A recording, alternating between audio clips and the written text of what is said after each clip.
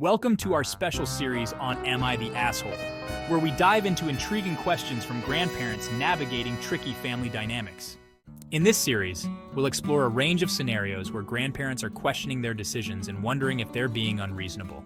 From handling rebellious grandchildren to dealing with family responsibilities, these stories offer a fascinating look at the challenges and dilemmas faced by those in the grandparent role. Sit back and get ready for some thought-provoking tales that will make you think twice about what it means to be an understanding and fair grandparent.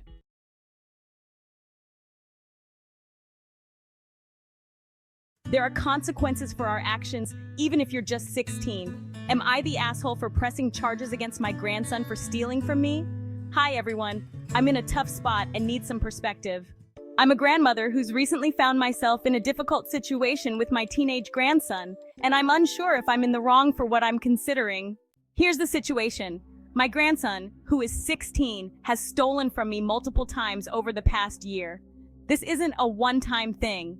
There have been several incidents where I've discovered that money and valuable items have gone missing. Each time I've approached him calmly and given him a chance to explain, and each time he has denied any wrongdoing. His parents, my daughter and son-in-law, have always offered to pay me back for the stolen items, which I've accepted each time because I want to keep the peace within the family. However, the recent theft was different. He took a considerable amount of cash from my purse, and I found out when I noticed the money missing.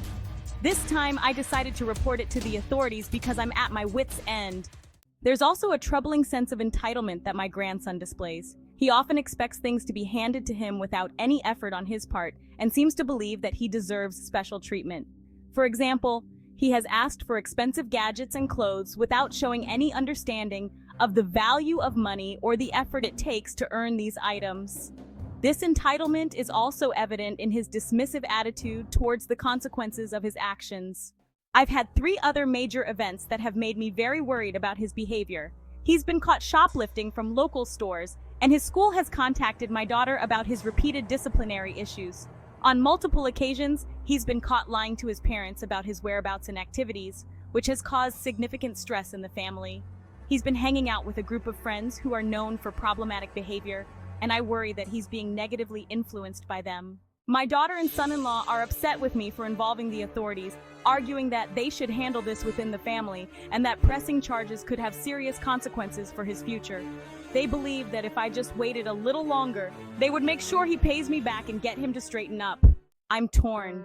I want to protect my family and ensure that my grandson understands the gravity of his actions, but I also don't want to cause a rift with my daughter and son-in-law.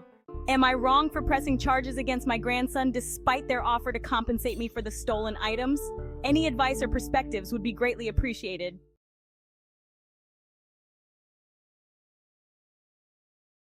Hi everyone. I need some outside perspective on a situation involving my granddaughter Stephanie. She's been a bit of a challenge for me and her parents, and I'm wondering if I'm being unreasonable with my current approach to disciplining her. Stephanie is 17 and has always had a rebellious streak. She has an emo look, dark clothes, heavy eyeliner, and unusual hair colors. Her parents are at their wits' end with her behavior, and I've tried to step in to help out. Recently, I decided to impose a punishment on her for a series of issues she's been causing. I've required her to drive me to various events as a form of discipline. This includes going to bingo every week with my friends, and Stephanie has to drive me there and sit through the whole thing, which she finds boring and irritating. She's been accompanying me to church socials where she has to help with setup and cleanup, even though she's not particularly interested in the activities. I visit a local nursing home regularly to spend time with the residents, and Stephanie is required to come along and interact with them, which she finds quite uncomfortable. Aside from these events, Stephanie has been involved in some questionable behaviors recently. She's been sneaking out of the house late at night and coming back in the early hours, which her parents have caught her doing several times. She's skipped school on several occasions without informing anyone, which has led to trouble with her attendance record. She's been disrespectful towards her parents, often arguing with them and disregarding their rules, which has caused significant tension at home. After the last event, Stephanie asked me if she could get a different punishment moving forward, implying that she doesn't think my current approach is effective or fair. She has offered to clean my house, take my car for service, babysit her siblings, and things like that. But I feel confident that my way is best. She argues that she's being forced into activities she hates and that this isn't helping her understand the consequences of her actions. So, am I wrong for imposing this punishment on Stephanie and making her accompany me to these events? I want to discipline her, but I also want to make sure I'm not being too harsh or unfair. Any advice or insights would be appreciated.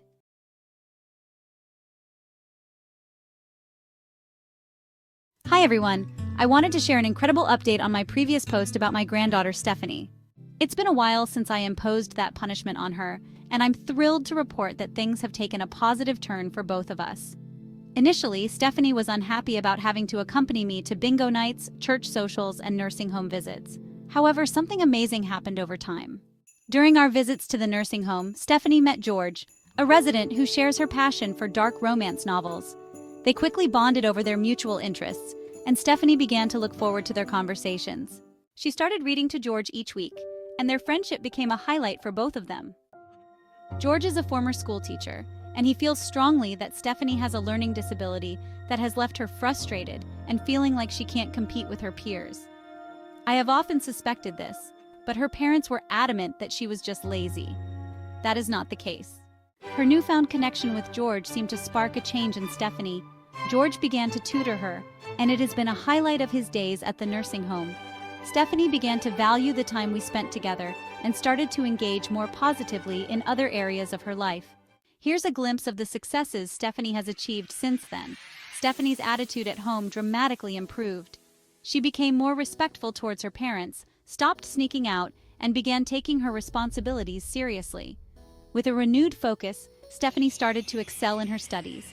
Her grades improved, and she was accepted into college, a milestone that her parents and I, not to mention George, are incredibly proud of. Stephanie's involvement with George and her regular volunteering at the nursing home helped her develop a sense of empathy and responsibility. She discovered a passion for helping others and began to approach life with a more positive outlook.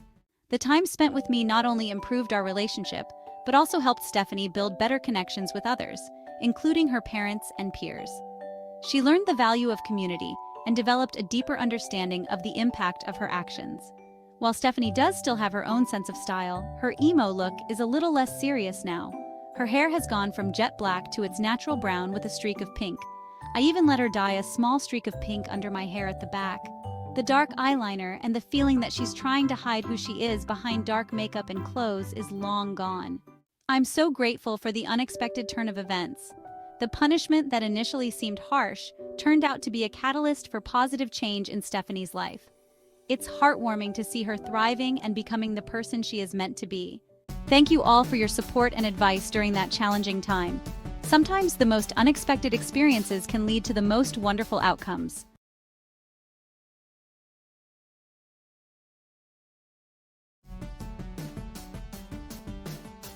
Sometimes you have to take drastic measures to protect yourself. Am I the asshole for telling my son that his wife and kids can move in with me for a short time, but he cannot? I'm a 67-year-old grandmother, and I've always tried to be there for my family, especially my son Liam, who's 39.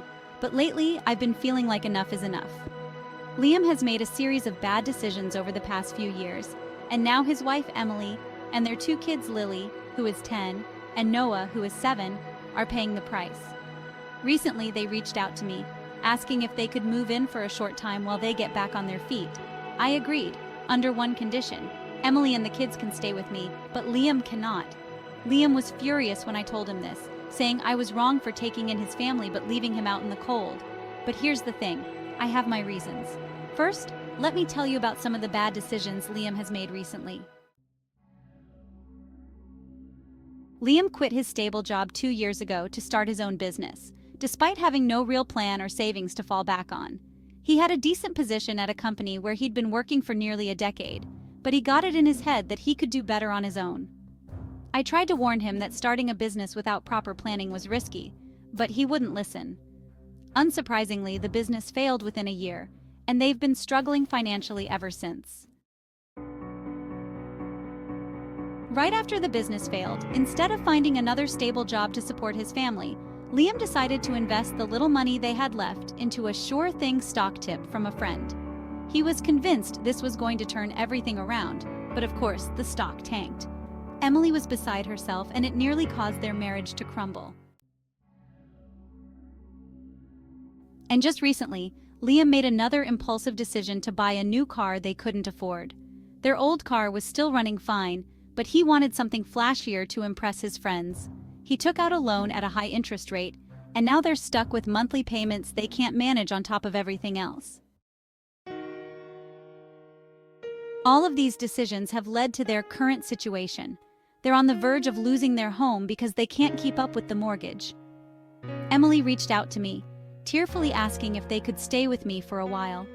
I love my daughter-in-law and my grandkids, and I can't bear to see them suffer because of Liam's poor choices. So I said yes, they could stay, but I made it clear that Liam wouldn't be moving in with them. Here's the thing. I suspect that Liam is a narcissist. He's always been self-centered, thinking he knows better than everyone else, and he's never been good at taking responsibility for his actions. Even when he was younger, he was difficult to live with, always arguing, always blaming others for his problems. I didn't like living with him then, and I'm not about to do it now. I've worked hard to create a peaceful life for myself in my retirement, and I'm not willing to let Liam's chaos disrupt that.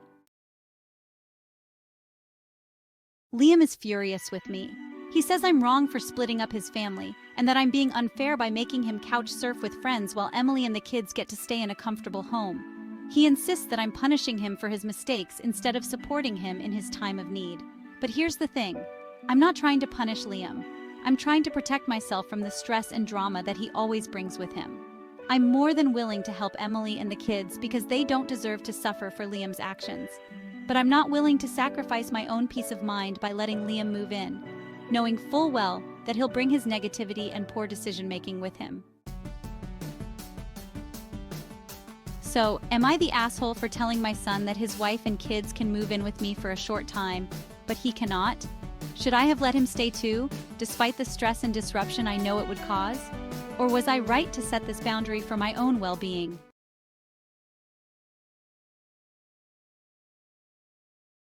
Sometimes the truth hurts. Am I the asshole for telling my son to choose the sword he wants to fall on after he made a bad decision? I'm a 64-year-old grandmother, and I've always prided myself on being honest with my kids, even when the truth is hard to hear. My son Derek is 38 and has 2 kids, ages 12 and 9. He's always been a bit stubborn and impulsive, but he's also a good man who wants the best for his family. Recently, though, he made a decision that has everyone in the family on edge. Derek had been working at a steady job for nearly a decade, providing well for his family, but about 6 months ago, he decided to quit that job to start his own business.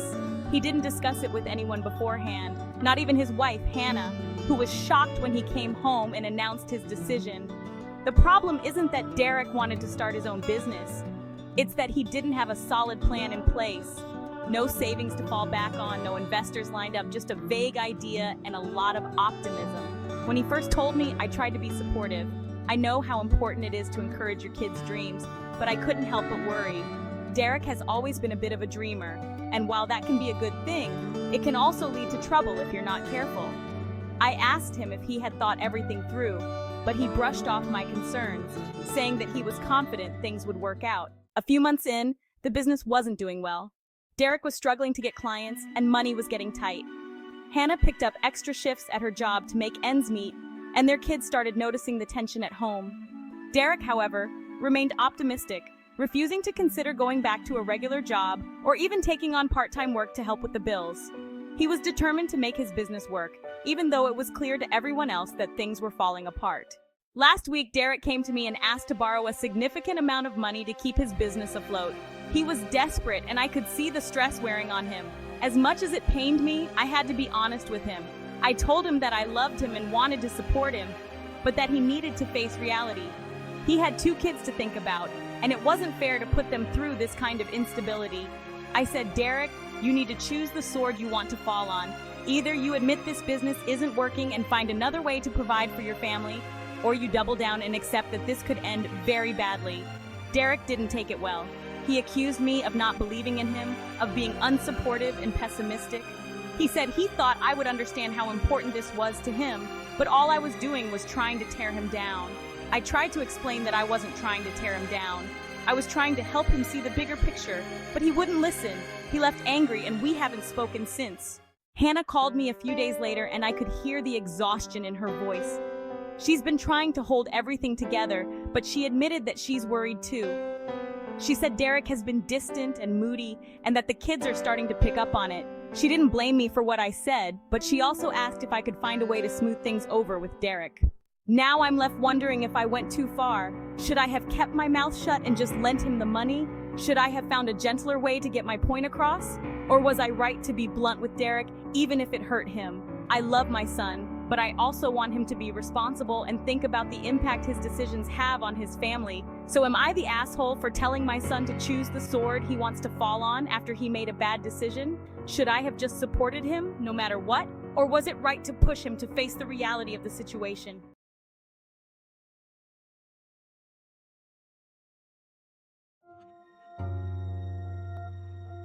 Sometimes we set our kids up for success, and sometimes we set them up for failure. Am I the asshole for telling my son I don't visit because I don't like the way he treats his daughters? I'm a 68-year-old grandmother, and I've always been close to my family. I have 3 children, and my youngest, Leonard, has always been a bit of a traditionalist. He has 3 daughters, ages 15, 13, and 10, and 2 sons, ages 18 and 16. I love all my grandkids, but I've found it increasingly difficult to visit Leonard's home, and recently I told him why. Every family gathering at Leonard's house is like stepping back in time. Leonard expects his daughters to help in the kitchen, cooking, setting the table, serving food, and cleaning up afterward.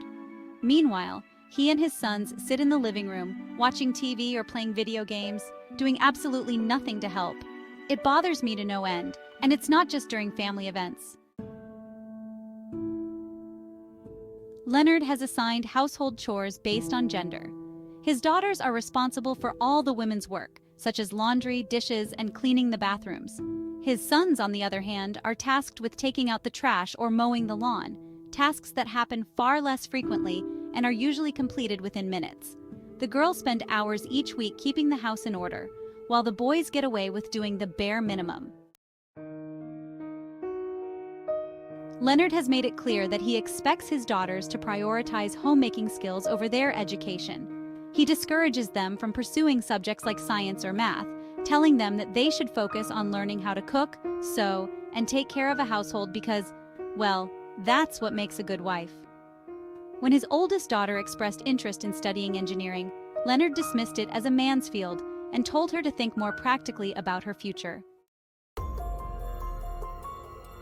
Leonard is extremely strict with his daughters' social lives. He limits their time with friends, monitors their phone usage, and refuses to let them attend school dances or extracurricular activities, claiming that their place is at home, learning how to be good homemakers. His sons, however, have the freedom to hang out with friends, stay out late, and participate in any activities they choose. After witnessing this behavior for years, I finally reached my breaking point. I was at their house for a family dinner, and once again, the girls were stuck in the kitchen while the boys lounged around.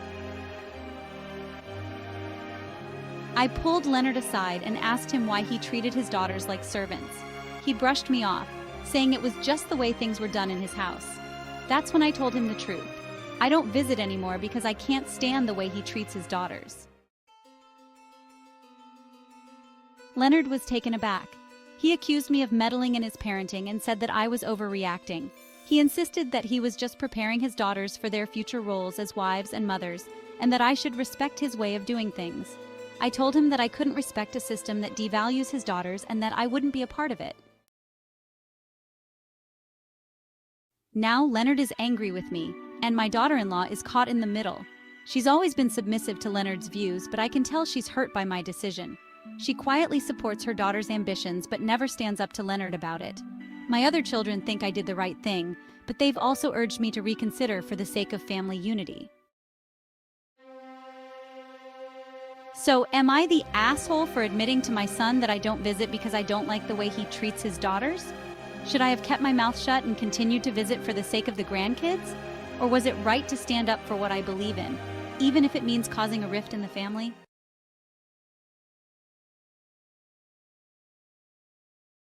A little gratitude goes a long way.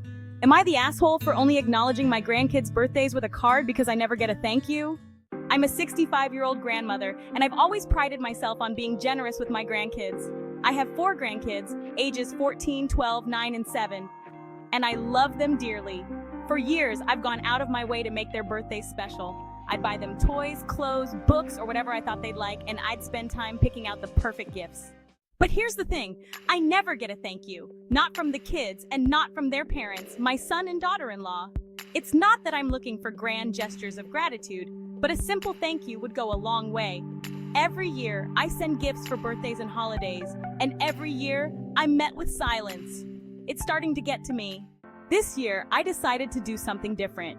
Instead of going all out for their birthdays, I just sent each of them a nice card with a handwritten note. I didn't include any money or gift cards, just heartfelt words expressing how much I love them and hope they have a wonderful day. I didn't think much of it until my daughter-in-law called me a few weeks later. She sounded annoyed and asked if everything was okay. I told her I was fine and asked why she was asking. She said the kids were disappointed that they didn't get gifts from me this year and wanted to know why I'd only sent cards. I explained that I felt unappreciated because I never received any acknowledgement or thanks for the gifts I've sent in the past. She was quiet for a moment and then said, "They're just kids. They don't know any better." I told her that I understood they were young, but that it's important to teach them gratitude and appreciation. She got defensive and said that I was being petty by withholding gifts just because I wasn't getting the response I wanted. She accused me of punishing the kids for something that's really the parents' responsibility, and that I was hurting them over something they didn't even realize was an issue. Now I'm starting to wonder if I've gone too far. I never intended to hurt my grandkids, but I also feel like it's not too much to ask for a simple thank you. I'm not expecting them to jump up and down with excitement, but a little acknowledgement would make me feel like what I'm doing matters. At the same time, I don't want to be the kind of grandmother who plays tit for tat with her grandkids, especially over something like gifts. They're children after all, and maybe I should be the bigger person here. But it's hard not to feel hurt when I've put so much effort into making their birthdays special and have gotten nothing in return. So, am I the asshole for only acknowledging my grandkids' birthdays with a card because I never get a thank you? Should I just keep giving them gifts regardless? Or is it okay to expect a little appreciation for the things I do?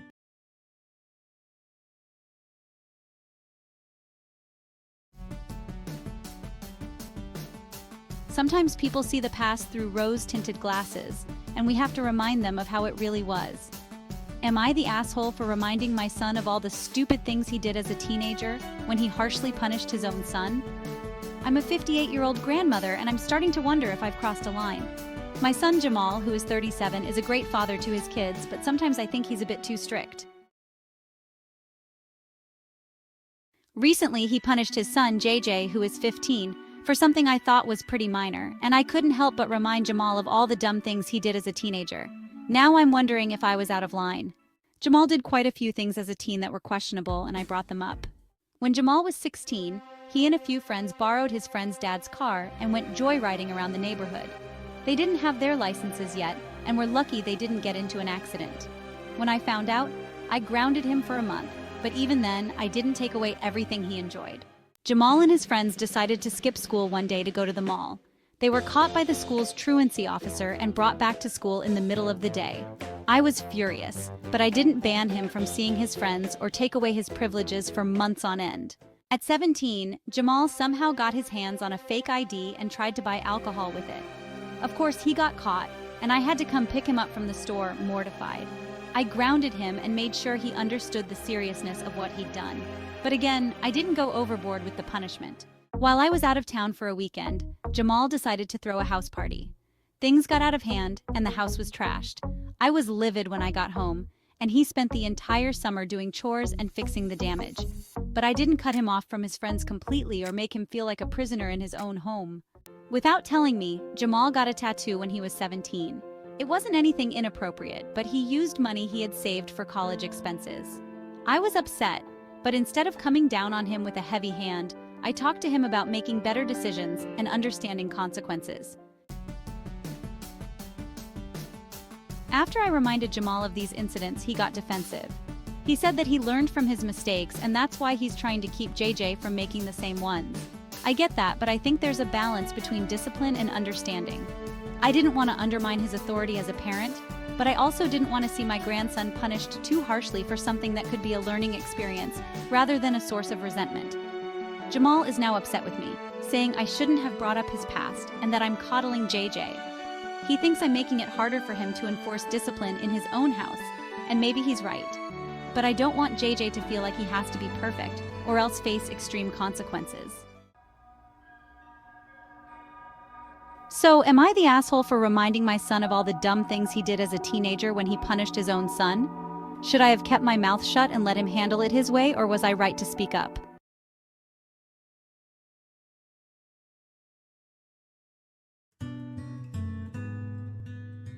Sometimes kids need real love instead of tough love. Am I the asshole for letting my grandson move in after his dad kicked him out? I'm a 65-year-old grandmother, and I've always believed in the importance of family and discipline. My son Brandon, who's 45, was raised with strong values and has always been strict, especially with his own children. I used to think that was a good thing, that kids these days could use a bit more structure and discipline in their lives. But now, I'm starting to wonder if I've been wrong all along. My grandson Kyle, who's 18, is a wonderful young man. He's kind, thoughtful, and responsible, but he's had a tough time at home with his dad and stepmother. Brandon remarried when Kyle was 12, and ever since, the rules in their house have been rigid, to say the least. The final straw came a few weeks ago. Kyle had just turned 18, and he was juggling school, a part-time job, and football practice.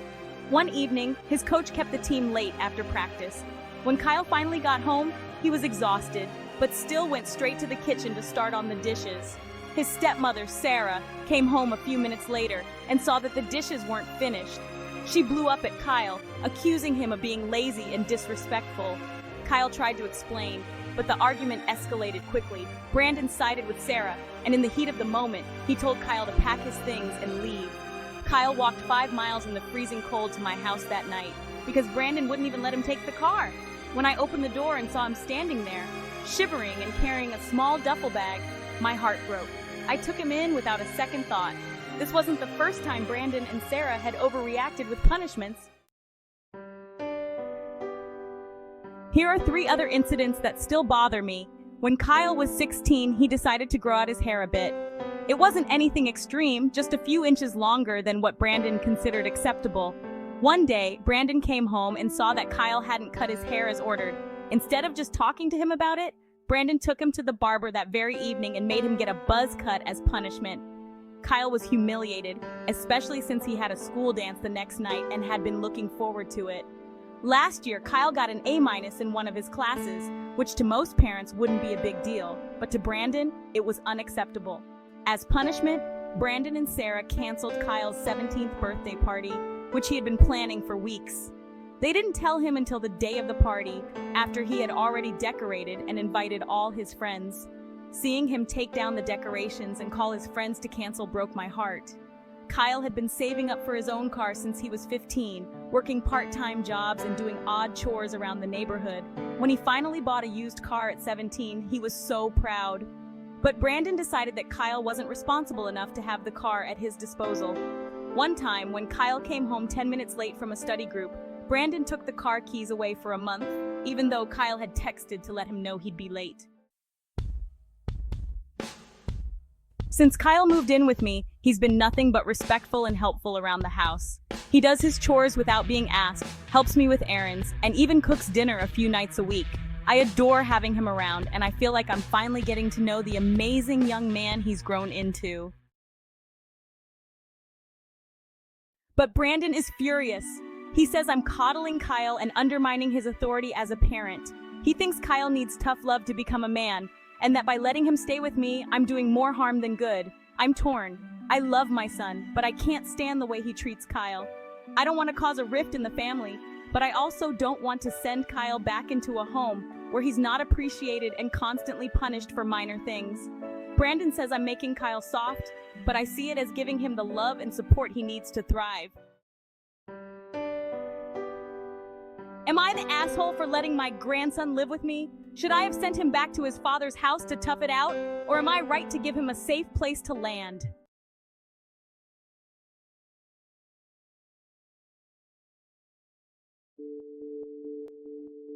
Sometimes a dose of honesty is just the medicine they need. Am I the asshole for telling my daughter it's her fault? Her daughter acts like an ungrateful brat. I, a 63-year-old woman, have a daughter Isabel who is 35 and has a 10-year-old daughter Lily. I love Lily dearly, but lately her behavior has become almost unbearable. She acts entitled, ungrateful, and downright rude, especially when people try to do something nice for her. I've held my tongue for as long as I could, but after a particularly embarrassing incident, I finally told Isabel that Lily's behavior is her fault, that she's raising an ungrateful brat. Here are 5 examples of Lily's behavior that led me to this point. For Lily's 10th birthday, Isabel and I worked hard to throw her a party. We had everything Lily said she wanted: a unicorn cake, games, decorations, and her favorite foods. But when she opened her presents, she barely glanced at them and then loudly declared, "Is that all?" Isabel laughed it off, saying Lily was just being honest, but I was mortified. The other kids and their parents looked uncomfortable, and I could see the hurt on the faces of those who had put thought into their gifts. Last Christmas, Lily had a list of specific toys she wanted. Isabel made sure to get every single thing on that list, plus more. But when Lily unwrapped a dollhouse from her aunt that wasn't the exact model she'd asked for, she threw a fit. She screamed that it was the wrong one and stormed off to her room, leaving everyone in stunned silence. Isabel followed her and spent an hour trying to calm her down instead of addressing her behavior. My husband, Lily's grandfather, took Lily out for a special day: a movie, lunch, and ice cream. When he brought her home, I asked how it went. He looked defeated and told me that Lily had complained the entire time. The movie wasn't what she wanted to see, the restaurant didn't have her favorite dish, and the ice cream was too melty. She didn't thank him once, and when he dropped her off, she just ran to her room without so much as a goodbye. Isabel's best friend, Sarah, who has known Lily since she was born, brought her a handmade blanket for her birthday. Sarah had spent weeks knitting it in Lily's favorite colors. When she gave it to her, Lily barely looked at it and tossed it aside, saying she already had blankets and didn't need another one. Sarah was visibly hurt, but Isabel just shrugged it off, saying, "Kids can be brutally honest." Last summer, I took Lily to the zoo as a treat. We had a great time until she saw a stuffed animal in the gift shop that she wanted. I told her she could pick one thing, and she chose a huge stuffed tiger that cost a small fortune. When I suggested a smaller, more affordable toy, she crossed her arms and refused to leave the store. She even told me, "If you don't get me this one, I won't like you anymore." I ended up buying it just to avoid a scene, but I felt awful doing it. After the zoo incident, I finally confronted Isabel. I told her that Lily's behavior was unacceptable and that it was her responsibility to teach her how to be grateful and respectful. Isabel got defensive, saying that kids are just like that these days and that I was being too hard on her. She even accused me of being out of touch and not understanding modern parenting.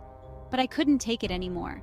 I told her straight out that she was raising Lily to be an ungrateful brat, and that if she didn't start setting boundaries and teaching her daughter some manners, it was only going to get worse. Isabel was furious.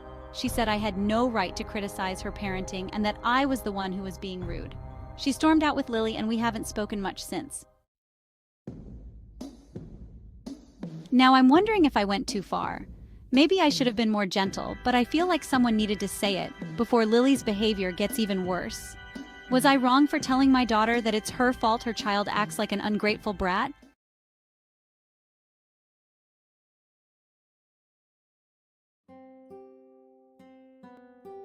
As a grandmother, nothing in this world is more precious to me than my 3 grandchildren, Mary, Sam, and William. I've always loved being a part of their lives, and my son-in-law Glenn has been like a son to me ever since he married my daughter Marie. In fact, I often say Glenn is one of my favorite people in the world. He's kind, patient, and a wonderful father. When Marie left the family to pursue her career in London, it broke my heart, but I was even more devastated for the children and Glenn. They needed her, and she just left. Marie and Glenn eventually divorced, and Glenn struggled as a single parent, juggling work and raising 3 kids. He tried dating here and there, but it was hard to find someone who could step into the complex role of being a stepmother while also understanding the unique challenges of Glenn's situation. After a few years, though, he met Tony. On the surface, she seemed like a perfect match, attentive, caring, and willing to help with the kids. She picked them up from school, took them to activities, and even made an effort to spend time with me. At first, I was relieved. Glenn had been through so much, and I wanted him to be happy. But then, one day, while we were having lunch together, Tony let something slip that made my blood run cold. She casually mentioned how she hoped the kids might choose to live with their mother in London at some point, so she and Glenn could have more alone time. I nearly dropped my teacup. From that moment on, something changed inside me. I couldn't shake the feeling that Tony wasn't as committed to the kids as she appeared. The more I thought about it, the more I started to notice things about her that seemed off. Maybe it was because I was looking for them, but I couldn't help but feel like my grandchildren deserved better. Here are a few of the things I noticed. Mary's birthday. On Mary's 10th birthday, I noticed that Tony had taken it upon herself to plan the party. It was a lovely gesture, but something felt wrong when Mary unwrapped her gifts. There were clothes and toys, sure, but also a book about learning to live with stepfamilies. Mary's face fell when she saw it. She didn't need to be reminded that her family was broken, especially not on her birthday. Sam's soccer practice. One day, I picked up Sam from soccer practice because Glenn had to work late. When we got home, Tony wasn't there. Sam mentioned that she often dropped him off at practice and then ran errands or went to the gym instead of staying to watch. I could see the disappointment in his eyes. He was just 8, and all he wanted was for someone to cheer him on from the sidelines. William, the youngest, still struggles with nightmares, and he often wakes up in the middle of the night. I remember Glenn telling me that Tony insisted on a strict no coddling rule. If William woke up, she wouldn't let Glenn go to him unless he was really upset. She believed he needed to toughen up and learn to soothe himself. I know children need to develop independence, but William is only 5. He still needs comfort, especially after everything he's been through. As time went on, I started to voice my concerns to Glenn. At first, he brushed them off, saying that Tony was just adjusting to her role as a stepmother and that she was doing her best. But the more I pointed out, the more he started to see things my way. I wasn't trying to ruin his chance at happiness. I just couldn't stand the thought of my grandchildren not being loved and cared for the way they deserved. Eventually, things between Glenn and Tony became strained. He started to question whether she was really the right person to help raise his children, and not long after, they broke up.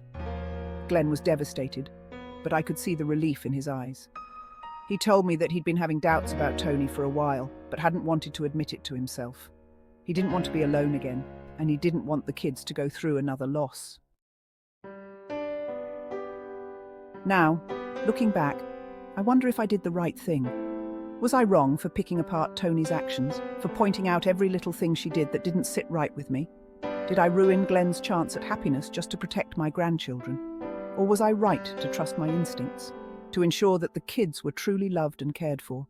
At the end of the day, I can't help but feel that I did what any grandmother would do. My grandchildren's well-being comes first, even if it means Glenn has to wait a little longer to find the right person. I just hope that when he does, she'll love those kids as much as I do.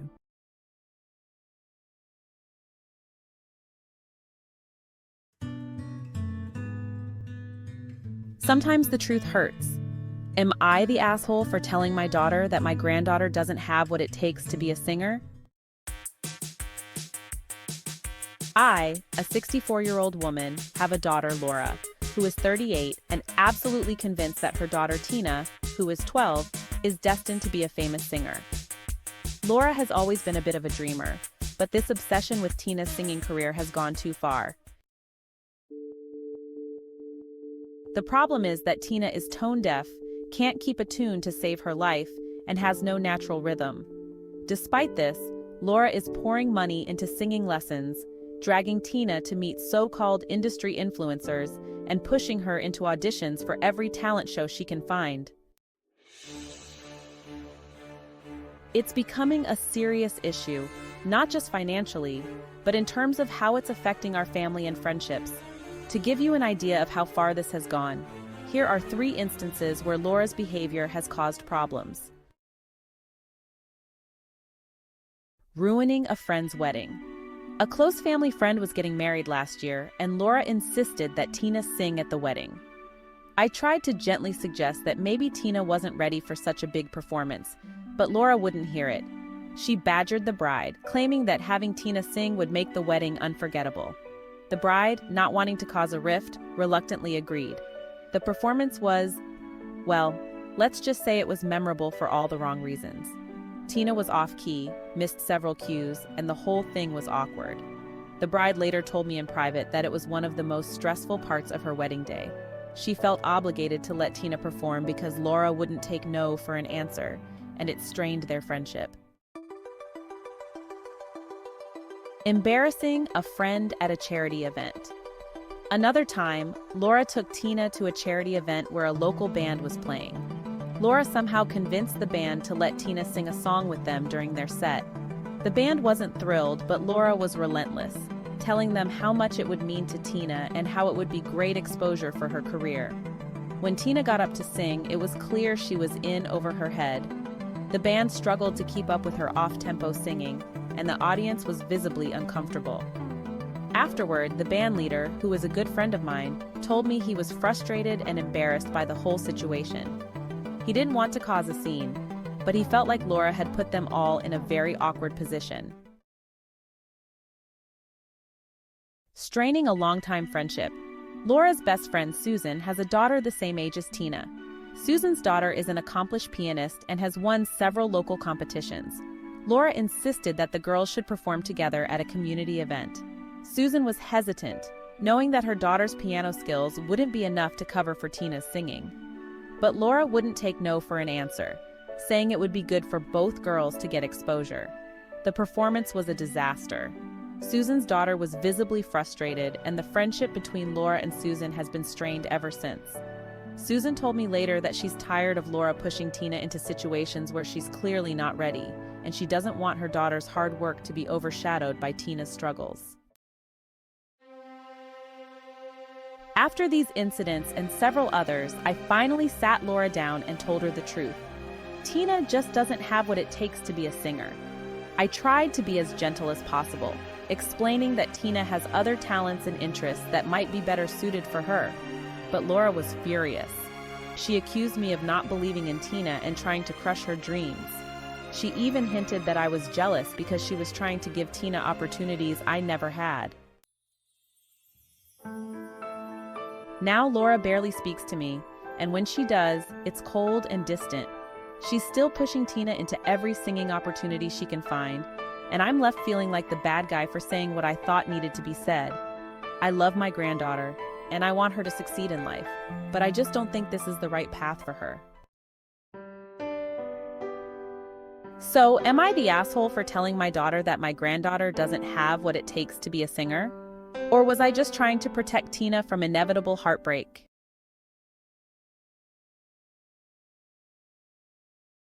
Sometimes you have to take a stand, even if it means frustrating someone you care about. Am I the asshole for telling my son he can't visit with the grandkids unless he makes them behave? I am a 58-year-old woman with a son, Ronald, who is 32. I love him dearly, along with his 3 kids aged 7, 5, and 3. I adore my grandkids and have always looked forward to spending time with them. But lately, every time they come over, it feels more like a hurricane has blown through my house rather than a family visit. The kids are full of energy, which is great, but they also have no sense of boundaries or respect for other people's homes. Every time they visit, they're jumping on my furniture, running wild through the house, and knocking things over. On their last visit, they broke a family heirloom, a porcelain dish that had belonged to my mother. I was heartbroken. But what upset me more was that Ronald didn't seem to think it was a big deal. He just brushed it off, saying, "They're just kids." This wasn't the first time my home had been disrespected. A few months ago, the kids were playing with my collection of glass figurines, which are very dear to me. Despite me telling them multiple times not to touch them, they kept grabbing at them, and eventually one of them dropped and shattered. Ronald didn't say much, just told them to apologize, but it felt like he didn't grasp how much that collection meant to me. Another time, they were in the kitchen while I was making dinner. I stepped out for a minute, and when I came back, they had somehow gotten into the pantry and spilled flour, sugar, and rice all over the floor. It took me hours to clean up the mess. Again, Ronald just shrugged and said, "They're curious, it happens." The final straw for me was during a family barbecue in the backyard. I had spent the morning setting up everything nicely, even planting some new flowers in my garden. The kids, within minutes of arriving, were running through the garden, trampling the flowers I had just planted. I asked Ronald to have them play in another area, but they kept coming back to the garden, pulling up plants and making a mess. By the end of the day, my garden looked like it had been dug up by wild animals. After that last visit, when they broke the dish and left my living room looking like a tornado hit it, I finally reached my breaking point. I told Ronald that while I love having them over, I just can't handle the chaos anymore. I said that unless he's willing to make them behave and show some respect for my home, I don't want him bringing the kids over anymore. Ronald was furious. He accused me of being a bad grandmother and said I was just too old and cranky to handle having kids around. He said I was expecting too much from them, and that if I wanted to see my grandkids, I'd have to accept them as they are. Now, I feel terrible because I don't want to alienate my son or miss out on spending time with my grandkids. But at the same time, I feel like I'm within my rights to expect a certain level of respect for my home. I've worked hard to make it a nice place, and it's not fair that every visit ends with me cleaning up a huge mess and feeling stressed out. So, am I the asshole for telling my son not to visit with the grandkids unless he's willing to make them behave? Or am I just being an unreasonable grandmother who's out of touch with what kids are like these days? Thanks for tuning in to our series on grandparent dilemmas in the Am I the Asshole subreddit. We've covered a variety of scenarios, each one showcasing the unique challenges grandparents face and the difficult choices they must make. Whether it's dealing with rebellious teens or balancing family expectations, these stories remind us of the complex dynamics that come with family relationships. We hope you've enjoyed these insights and that they've provided some food for thought. Don't forget to like, comment, and subscribe for more engaging content, and join us next time for more compelling stories from the world of Reddit. Until then, keep questioning and stay curious.